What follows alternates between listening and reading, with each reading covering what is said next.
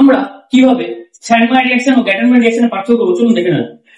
প্রথমে একটা কথা বলে রাখি, দুটো বিক্রিয়ার ক্ষেত্রে রিঅ্যাকশন এবং প্রোডাক্ট দুটোরই কিন্তু সমান। দুটোই কি ডাইজিনাম সল্ট থেকে ব্রোমোবেনজিন বা ক্লোরোবেনজিন কি করে প্রস্তুত করা হয়। তাহলে এখানে আলাদা কি আলাদা ভাবে তাদের রিয়েজেন্ট দেখে নেওয়া যাক।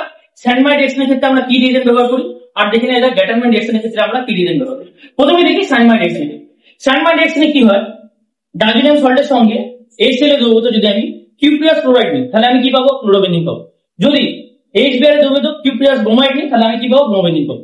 এটা হলো স্যান্ডমাইয়ার রিঅ্যাকশন। সেম একই রিঅ্যাকশন যদি আমি কিউপ্রিয়াস ক্লোরাইড ও কিউপ্রিয়াস ব্রোমাইডের বদলে কপার পাউডার নিই, কি নিই, কপার পাউডার, তাহলে সেক্ষেত্রে আমি কি পাবো, কপার পাউডার ডাইজিনাম সল্টের সঙ্গে বিক্রিয়া করে ক্লোরোবেনজিন দেবে যদি HCl থাকে, আর যদি সেটা HBr থাকে এবং কপার পাউডার থাকে সেটা কি দেবে, ব্রোমোবেনজিন দেবে। তাহলে এটাই হলো তোমার গ্যাটারম্যান বিক্রিয়া আর স্যান্ডমাইয়ার বিক্রিয়ার মধ্যে পার্থক্য। ধন্যবাদ।